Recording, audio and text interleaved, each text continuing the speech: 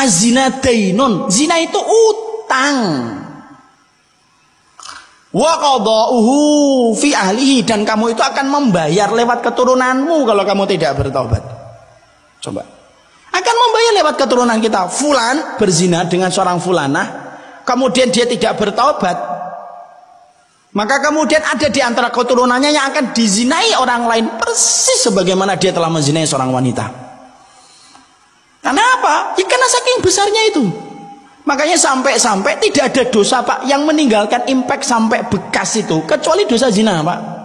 Semua dosa kalau sudah kita bertobat itu Allah sudah tidak tinggalkan bekas. Itu kalau kita bertobat. Tapi khusus dosa zina, kalau sampai kamu punya anak dari zinamu, walaupun kamu bertobat, itu impactnya, itu pengaruhnya, bekasnya itu masih ada. Orang Pak kalau kemudian meninggalkan sholat, dia bertobat gitu, Allah hapus. Allah tidak akan jadikan mukanya bopeng gitu, enggak akan Allah jadikan gitu. Orang minum khamr kemudian dia bertobat, sudah Allah terima insya Allah tobatnya kalau dia tobatan nasuha.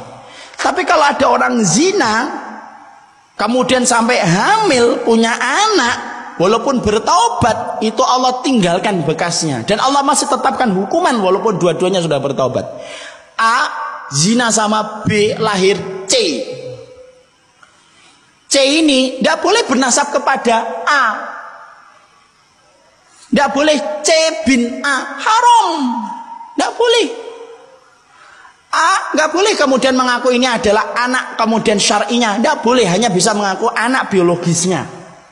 Nanti kalau A mati, C tidak bisa mewarisi. Kalau C mati, A tidak bisa mewarisi. Kalau C nanti nikah, kalau dia perempuan, A tidak bisa nikahin Pak. Maaf, walaupun yang berzina sudah bertobat dengan tobatan nasuha. Jadi nanti kalau misalkan ada anak lahirnya ini sebelum ijab qabul, sudah nempel itu zighatnya itu ke rahim wanita, terbentuk sebelum terjadinya qabil tu nikah wa tazwijaha bimarin madkurin halan, maka zighat itu kalau terbentuk sampai menjadi zanin, sampai kemudian dia jadi anak itu perempuan, nikah, bapaknya tidak boleh nikahin walaupun sudah bertobat. Kenapa? Allah masih berikan sanksinya itu untuk mikir setiap orang itu sebelum dia melakukan zina. Makanya kemudian akhirnya apa? Itu saking besarnya. Makanya saya pernah nyampaikan materi kayak gini. Ada seorang bapak-bapak habis kajian yang insya Allah beliau, semoga Allah terima taubatnya, karena nampak beliau itu betul-betul berubah. Tiba-tiba ngambilin saya, nangis. Saya udah deg-degan, ini jangan-jangan berkaitan tentang tema ini. Loh betul Pak. Nangis dia, berkata saya punya anak perempuan, Ustaz sekarang kelas 3 SMP, perempuan. Saya dulu dapatnya kemudian dari perzinahan. Nanti kalau anak perempuan saya mau nikah, emang nggak boleh saya nikahin Ustaz. Nggak boleh Pak.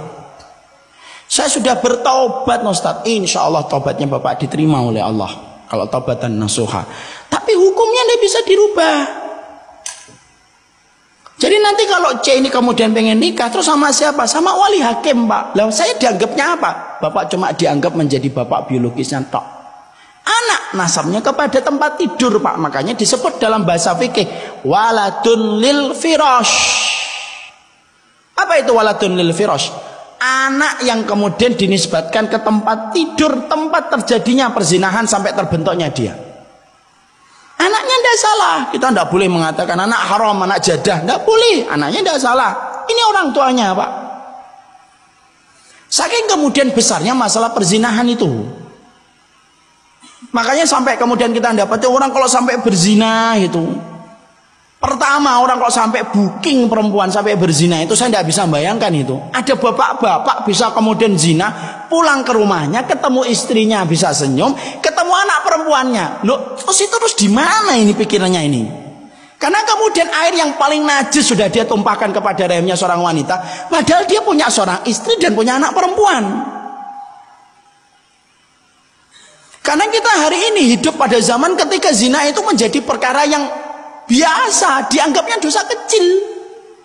Bahkan sampai Nabi mengatakan hatta lostostumuhu fit tariqi la fa'altumuh. Lu sampai nanti satu keadaan orang itu saking banyaknya orang berzina, orang kafir itu nyontohkan berzina di pinggir jalan. Setiap orang nanti akan nyontoh bagaimana itu cara berzina di pinggir jalan. Masya Allah. Dan hari ini Pak, zina itu bukan di balik pintu, di depan pintu. pinggir tol. Coba. Di semak-semak tebu, Pak. Coba itu. Perempuannya itu Masya Allah itu. Gimana itu di semak tebu itu? Kayak enggak punya harga aja. Dan itu dilakukan di banyak tempat.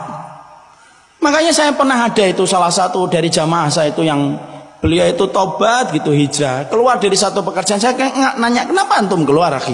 Saya itu kerja ini. Loh, antum kan kerjanya itu kantornya itu memang enggak ada masalah, Pak. Tapi saya itu baru kaget. Dia itu mengatakan, saya itu ngatur gratifikasi, Ustaz. Gratifikasi sekarang itu bukan uang, perempuan. Coba. Saya itu yang ngatur gitu, kalau ada proyek itu supaya goal itu gimana. Saya ngatur perempuannya, saya bookingin. Kalau cocok nanti kemudian dipakai lagi. Masya Allah itu. Loh, kalau saya nggak dengar dari orang yang ngaji sendiri sama saya, susah saya percaya. Tapi itulah kenyataan yang terjadi. Padahal itu perkara besar di sisi Allah itu. Makanya saya tidak bisa habis pikir itu. Kalau kemudian kita susah payah, Pak, ngerawat anak perempuan kita gitu, istri kita kemudian bersihkan kotoran, kemudian nyedot ingusnya ketika anak kita masih kecil, kitanya kerja dari jam 7 pagi sampai jam 5 sore, pulang sampai rumah jam 7, pulang jam 7 sampai rumah jam 9. Kadang-kadang saking capeknya kita nggak sempat makan malam, Pak. Lu, anak kita dibawa orang, dipetik dengan cara yang haram, dizinai, setelah itu dikembalikan kepada kita. Lu, apa nggak remuk itu hatinya orang tua kayak gitu tuh? Karena ini nggak masalah kecil, ini masalah gede banget, masalah perzinahan itu. Dan kita hidup pada zaman ketika orang itu menganggap zina itu biasa, tidak pernah biasa, yang namanya zina itu tidak pernah biasa. Dan ini yang menjadikan akhirnya kita, kenapa kita selaku orang tua itu kalau punya anak perempuan harus digenggam kuat-kuat. Kita harus betul-betul berprofesi, kita harus punya sifat sebagaimana singa itu. Karena kalau kita nggak kayak singa kalau punya anak perempuan zaman hari ini, digondol, Pak, satu-satu ini. Kalau kemudian kita kayak kucing gitu, kemudian membiarkan anak perempuan kita pergi sama orang itu, kemudian kita anggap insya Allah tidak apa-apa. Lu kok yakin gitu loh? Emang anak kita kayak Nabi Yusuf? Tidak ada, Pak, laki-laki kalau sama perempuan tuh kecuali tumbuh 2 tanduknya di sini.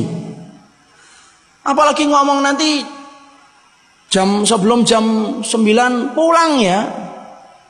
Emang kita kira setan tidur gitu sebelum jam 9 gitu? Sampai kemudian kita membiarkan anak kita jalan gitu. Padahal ini urusan besar. Sampai ada laki-laki yang berzina. Makanya sampai Allah mudahkan proses pernikahan itu. Kenapa? Kenapa Allah jadikan pernikahan itu gampang betul, Pak? Coba kalau lihat syariat yang menggampangkan pernikahan itu cuma Islam.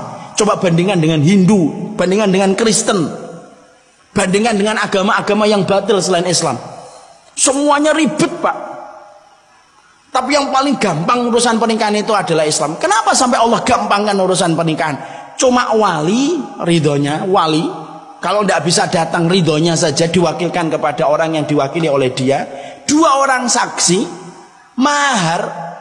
maharnya makan batagor juga boleh kalau istrinya ridho, perempuannya. Lalu kemudian cuma ijab kabul, saya terima nikahnya dan mas kawinnya, itu pun tidak sampai 1 menit ngucapin, Pak.